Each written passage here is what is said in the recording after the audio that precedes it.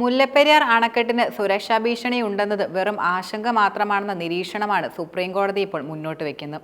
135 വർഷത്തെ മഴക്കാലം dam അതിജീവിച്ചതാണെന്നും supreme കോടതി പരാമർശിക്കുകയുണ്ടായി. ഡാമിന്റെ സുരക്ഷ ഉറപ്പാക്കണമെന്ന ഹർജി പരിഗണിക്കവെയായിരുന്നു സുപ്രീം കോടതി ഈ പരാമർശം നടത്തിയത്. മുല്ലപ്പെരിയാറുമായി ബന്ധപ്പെട്ട മറ്റ് ഹർജികൾ 3-അംഗ ബെഞ്ച് പരിഗണിക്കുമെന്നും സുപ്രീം കോടതി നിലവിൽ അറിയിക്കുകയുണ്ടായി.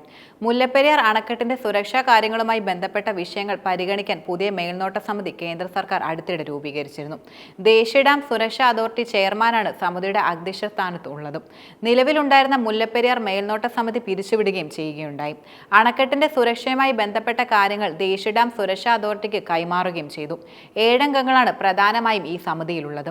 ഇതിൽ കേരളത്തിൽ നിന്നും തമിഴ്നാട്ടിൽ നിന്നുമുള്ള അഡീഷണൽ ചീഫ് സെക്രട്ടറിമാരും തമിഴ്നാട്ടിലെ കാവേരി സെല്ലിന്റെ ചെയർമാനും കേരളത്തിലെ ഇറിഗേഷൻ വകുപ്പ് ചെയർമാനും ഉൾപ്പെടുന്നുണ്ട്. മുല്ലപ്പെരിയാറിന്റെ സുരക്ഷാ കാര്യങ്ങൾ കൂടി കണക്കിലെടുക്കുകയാണെങ്കിൽ 2021 പാർലമെന്റ് പാസാക്കിയ ഡാം സുരക്ഷാ നിയമത്തിന്റെ അടിസ്ഥാനത്തിൽ രൂപീകരിക്കപ്പെട്ട ദേശീയ ഡാം സുരക്ഷാ അതോറിറ്റിക്കാണ് ഇപ്പോൾ അണക്കെട്ടുമായി ബന്ധപ്പെട്ടുള്ള എല്ലാ കാര്യങ്ങളും പ്രധാനമായും കൈമാറിയിരിക്കുന്നത്. സുപ്രീം കോടതിയിൽ കേരളം മുൻപ് പലതവണ ഇക്കാര്യം ആവശ്യപ്പെടുകയും ചെയ്തിട്ടുണ്ട്. മുല്ലപ്പെരിയാർ അണക്കെട്ടിന്റെ സുരക്ഷയുമായി ബന്ധപ്പെട്ട ഹർജിയിൽ കേന്ദ്രത്തിന് സുപ്രീം കോടതിയുടെ നോട്ടീസും നേരത്തെ വന്നിരുന്നു.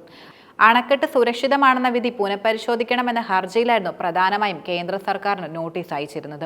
ഡാം സുരക്ഷാ നിയമപ്രകാരം എന്തെല്ലാം നടപടികൾ എടുത്തുവെന്ന് അറിയിക്കാനാണ് സുപ്രീം കോടതി ഇതിലൂടെ പ്രധാനമായും ആവശ്യപ്പെട്ടത്.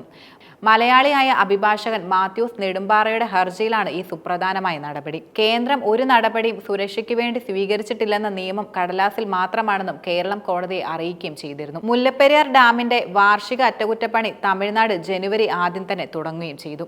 ആദ്യം അനുമതി നിഷേധിച്ചെങ്കിലും അറ്റകുറ്റപ്പണിയുടെ വിശദാംശങ്ങൾ തമിഴ്നാട് വ്യക്തമാക്കിയതിനെ തുടർന്നാണ് ഡിസംബർ 11-ന് കേരളം അനുവാദം തമിഴ്നാടിന് നൽകിയത്.